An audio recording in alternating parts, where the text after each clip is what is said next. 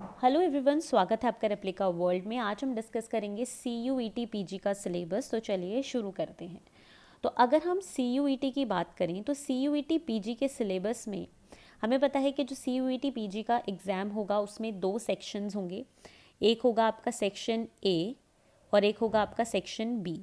Section A में 25 questions होंगे और सेक्शन बी में 75 क्वेश्चंस होंगे। आज हम लोग डिस्कस करेंगे कि सेक्शन ए का क्या सिलेबस होता है, देन हम डिस्कस करेंगे बाद में कि सेक्शन बी का क्या सिलेबस होता है।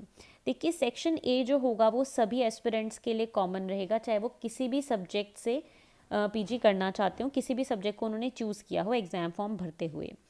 बट यहाँ पे जो ये बी वाला सेक्शन है ये सब्जेक्ट स्पेसिफिक होगा। जिस भी सब्जेक्ट को आपने चूज़ किया होगा क्वेश्चंस उसी से आएंगे बी वाले सेक्शन में। तो ए सेक्शन जनरल होगा और बी सेक्शन जो है सब्जेक्ट स्पेसिफिक होगा। तो चलिए बात करते हैं हम सबसे पहले ए सेक्शन की, जो सभी एस्पिरेंट्स के लिए कॉमन होगा कि उसमें कौन कौन से टाइप के क्वेश्चंस आएंगे। तो देखिए, उसमें सबसे पहले इंग्लिश कॉम्प्रीहेंशन भी आएगा। इंग्लिश कॉम्प्रीहेंशन की अगर हम बात करें तो इंग्लिश कॉम्प्रीहेंशन में क्या क्या चीज़ें आएंगी? इंग्लिश ग्रामर, इंग्लिश की यूसेज जो है एरर्स में, यानी ग्रामर की यूसेज जो है एरर्स में, यानी कि आपको कोई भी सेंटेंसेस दे जाएंगे और उनमें से पूछा जाएगा कि सेंटेंस के कौन से पार्ट में एरर है, और वो जो एरर्स हैं वो ग्रामर बेस्ड होंगे। इसके बाद jumbled para, sentence correction, sentence improvement, reading comprehension, paragraph completion, one word substitution, synonyms and antonyms, idioms and phrases.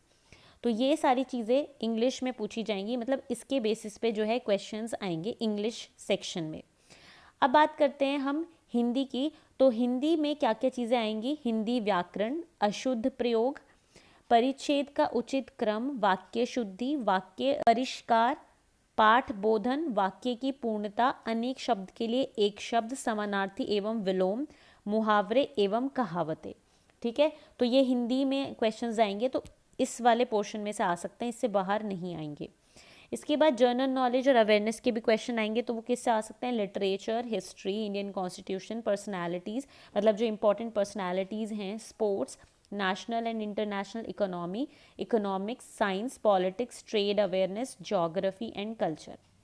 इसके अलावा कंप्यूटर बेसिक्स से भी कुछ क्वेश्चंस आएंगे, जो कि होंगे fundamentals of computer, computer abbreviations, computer shortcut keys, Microsoft Windows, Microsoft Office, MS Word, MS PowerPoint, MS Excel, MS Access, MS Outlook, types of computer, storage devices, hardware and software, input and output devices, internet, computer networks, websites, web browsers, computer virus, important computer related terms. इसके अलावा एक और section है logical reasoning, मतलब कि एक और part है लॉजिकल रीजनिंग, जिसमें क्या क्या चीज़ें आएंगी? Ranking test, linear arrangement, matrix arrangement, sequencing, statements, arguments, cause and effect statements, assumptions, statement and conclusions, number series, blood relationship test, coding, decoding, inferences, non verbal reasoning, analogy test, symbol based problems, direction and distance test, analytical reasoning.